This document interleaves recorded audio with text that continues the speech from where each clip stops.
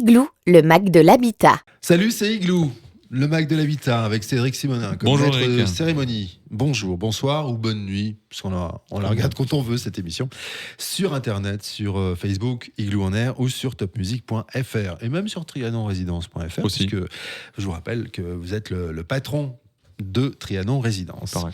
L'état des lieux, c'est un sujet important dans l'habitat. Comment éviter les litiges? Il y en a quelquefois et on a invité pour en parler un avocat. Olivier Pernet, bonjour. Bonjour. On arrive à notre sujet dans un instant après une info du monde de l'habitat, Cédric. Oui, une info qui n'a aucun intérêt. Alors je voulais vous la C'est bien de le soumettre. dire. C'est la vente de l'appartement le plus cher des États-Unis. Ça m'a fait sourire, je vais le partager avec nos auditeurs. Ah ouais. Donc c'est un quadruplex de plus de 2100 mètres carrés qui a été vendu pour la modique somme de 209 millions de dollars. À New York, l'appartement en lisière de Central Park est désormais le plus cher du pays.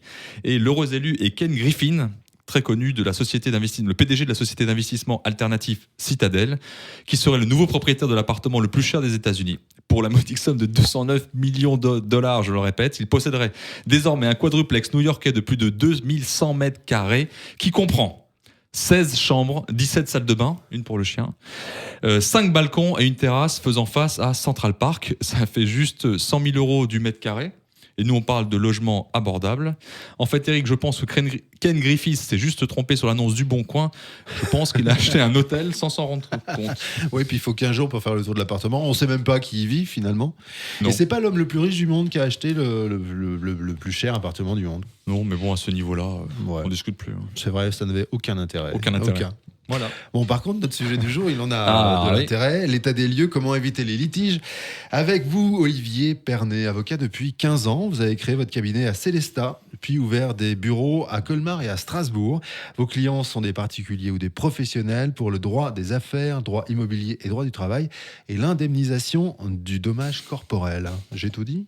Oui, tout à fait. Bah, Parfait. bienvenue dans Igloo. Merci beaucoup. L'état des lieux, comment éviter les litiges, c'est votre sujet. Et on en parle avec Cédric Simonin. Oui, c'est un sujet qui nous est souvent demandé par les auditeurs de plus en plus. Hein. Donc c'est vrai que c'est une grosse angoisse, le moment d'état des lieux. Alors pas trop d'entrées, mais beaucoup de sorties. Il y a des pièges à éviter. Je voulais qu'on en parle avec Maître Pernet. Donc, allez, on commence par l'état des lieux. Déjà, qu'est-ce que c'est qu'un état des lieux? Alors, l'état des lieux, c'est un constat. C'est la constatation de l'état de l'appartement. Comme vous l'avez dit, il y a un état des lieux d'entrée lorsque le locataire entre dans l'appartement, ce qu'on appelle la remise des clés, et un état des lieux de sortie à la remise. L'idée, c'est de pouvoir constater l'état quand je rentre et l'état quand je sors pour en tirer des conséquences. Ok.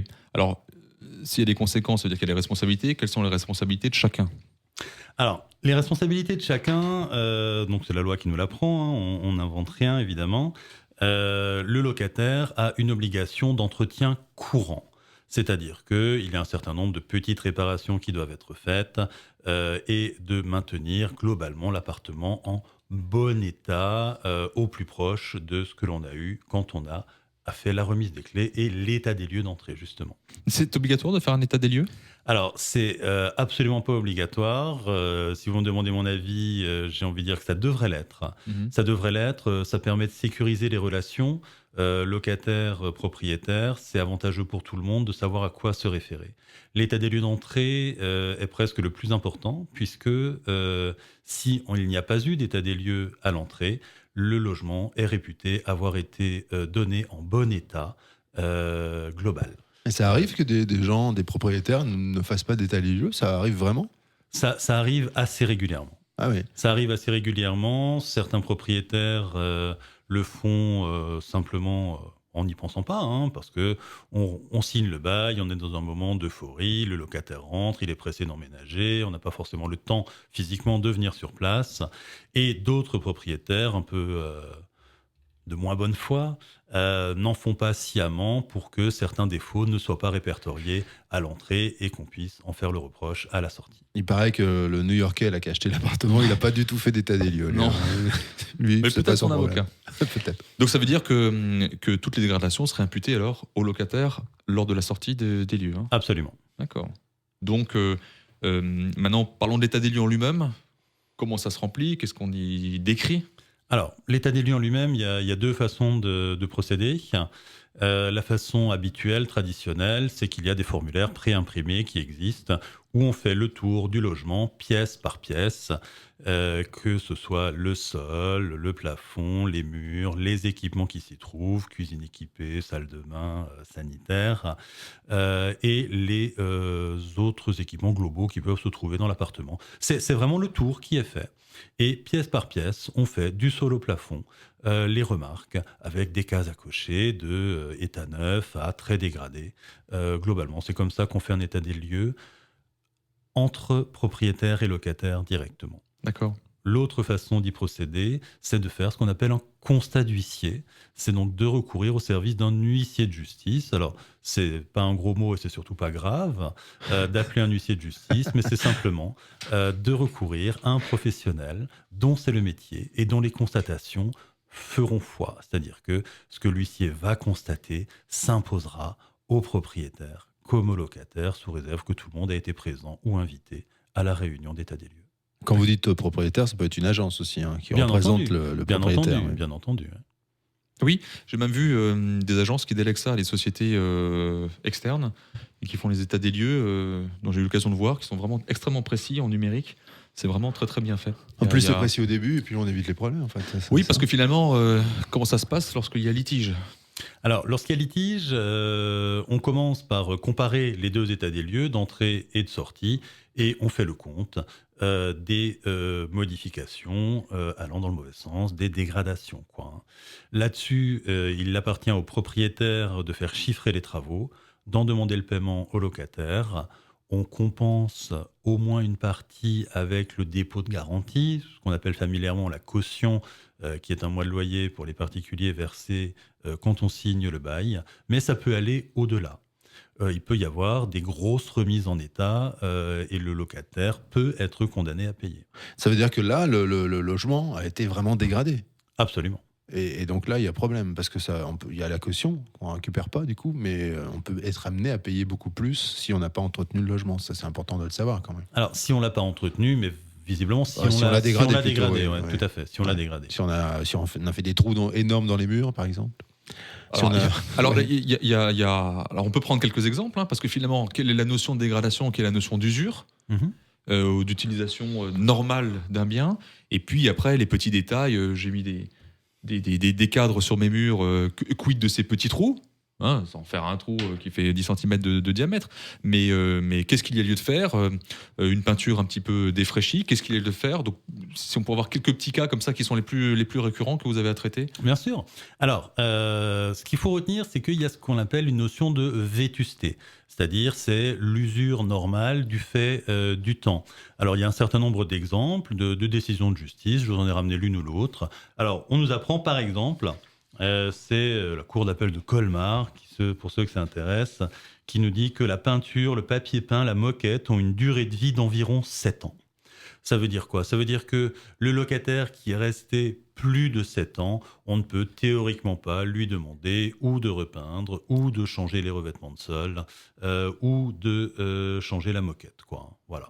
Par exemple, ça a une durée de 7 ans. Il y a d'autres cas où on apprend que c'est variable suivant la nature de ce qu'on a mis dedans. Du parquet, évidemment, ça a une durée de vie beaucoup plus longue. Des revêtements plastiques ont des durées de vie sensiblement plus courtes. Voilà. Mais en gros, la durée de 7 ans, c'est un exemple qui est pas mal à retenir, quoi. Dernier point avant de conclure, souvent on l'a dit, hein, le locataire a peur que finalement le propriétaire ne cherche que la petite bête pour essayer de lui garder son dépôt de garantie. Certains, dont le sport favori, c'est de ne pas payer le ou les 2 derniers mois de loyer en se disant que finalement, comme ça au moins, le dépôt de garantie il en verra la couleur. Légal ou pas légal? Absolument illégal. Le dépôt de garantie, c'est comme son nom l'indique, c'est une garantie pour les dégradations. C'est pas un mois de loyer en plus, même si le montant est le même, hein, c'est aujourd'hui un mois de loyer hors charge, c'est interdit et le locataire qui se comporte comme ça va évidemment être condamné en justice et à payer le dernier mois de loyer et le cas échéant à payer les dégradations locatives dont le montant dépasserait ce dépôt de garantie. Oui, mais il faut intenter une action en justice. Absolument. Ça, tout le monde n'a pas forcément envie de le faire. Donc finalement, le locataire, il a beau jeu de ne pas payer le dernier loyer s'il n'a que ce loyer à payer finalement en justice. Alors, généralement, c'est des choses qui marchent une fois. C'est des choses qui marchent une fois. Les propriétaires se rôdent malheureusement à ce genre de comportement. Et aujourd'hui, il s'agit d'actions qui sont très très légères, très faciles à mettre en œuvre. Les propriétaires peuvent eux-mêmes saisir le tribunal d'instance pour mener cette action en justice. Ce sont des formulaires à remplir.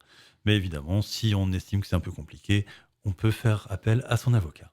Voilà, mais il ne faut pas s'amuser à ce genre de choses. En tout cas, voilà, c'était l'idée et le message de cette émission aujourd'hui dans Igloo, l'état des lieux, comment éviter les pièges. Alors en 30 secondes, vous pouvez nous résumer ce qu'on vient de se dire aujourd'hui?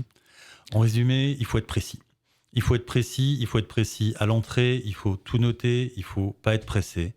Et il faut faire preuve de la même précision, de la même attention à la sortie pour que quand on compare les deux états des lieux, on ait des choses qui soient conformes à la réalité. Et tant que c'est conforme à la réalité et que tout le monde est de bonne foi, il n'y a pas de problème. Et le mieux, c'est de jamais de vous rencontrer, en fait. Parce que si on ne vous rencontre pas, c'est que tout s'est bien passé. On peut venir me rencontrer pour se renseigner. Je plaisante, évidemment. Mais Bien entendu. sûr. Vous êtes tellement sympathique, en plus. Ça serait dommage de s'en priver. Je vous remercie. Merci d'avoir participé à cette émission. Merci beaucoup, Cédric. Merci. Et on se retrouve très très bientôt Oui. pour une nouvelle émission d'Igloo. On en fera d'autres avec vous, Volontiers. si vous le voulez bien. À bientôt. À bientôt. C'était Igloo qu'on retrouve sur topmusic.fr et sur le Facebook Igloo on Air. Igloo, le Mac de l'habitat sur Top Music.